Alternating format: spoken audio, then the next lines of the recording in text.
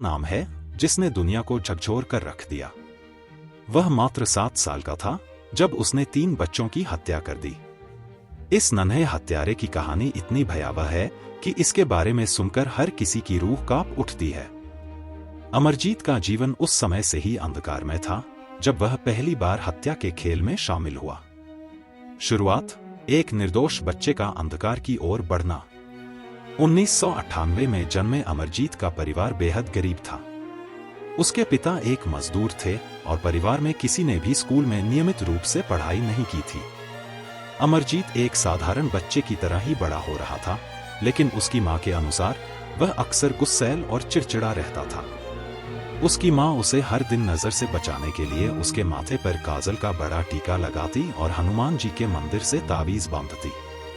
लेकिन वह नहीं जानती थी कि असली खतरा अमरजीत के अंदर ही पनप रहा था। पहला कदम, एक निर्दोष बच्चे की पहली हत्या। अमरजीत के जीवन में अंधकार तब और बढ़ गया जब उसके परिवार में एक नए सदस्य का आगमन हुआ। 2006 में अमरजीत की मौसी मीना जी ने अपनी 6 महीने की बच्ची को अमरजीत की मां के पास छोड़ दिया। मीना जी को पटना में काम मिल गया था और वह चाहती थी कि उनकी बहन पारुल बच्चे का ध्यान रखे।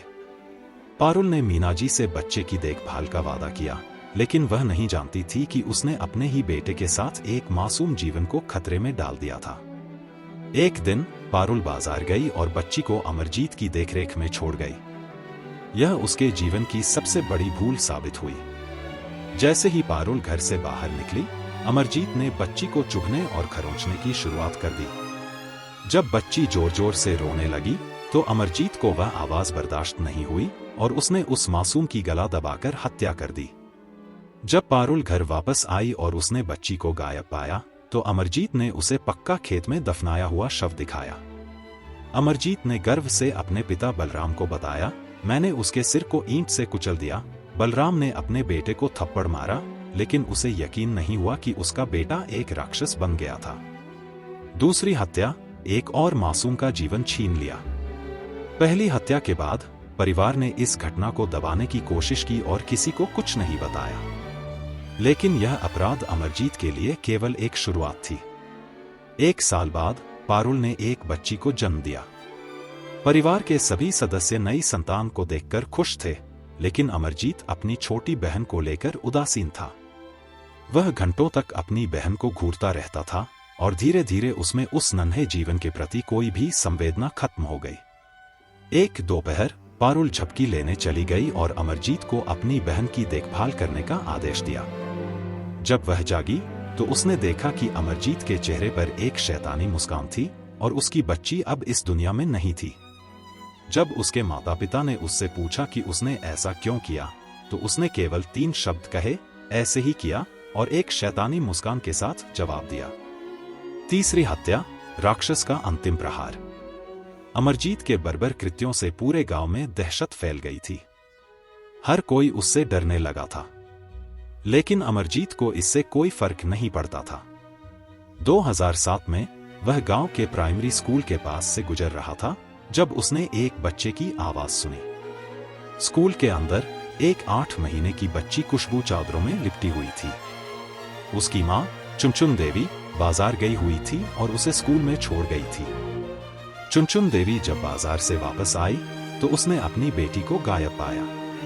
उसे तुरंत शक हुआ कि यह अमरजीत का काम है। जब उसने अमरजीत से पूछा तो उसने बिना किसी भावना के उसे बताया कि उसने उसकी बेटी की हत्या कर दी है।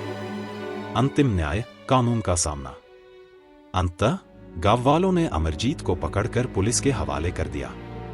पुलिस ने पहले तो इस बात पर यकीन नहीं किया कि एक इतना छोटा बच्चा इस तरह के जघन्य अपराध कर सकता है, लेकिन जब अमरजीत ने उन्हें हत्या स्थल तक पहुंचाया और खुशबू का शव दिखाया तो सच्चाई सामने आ गई।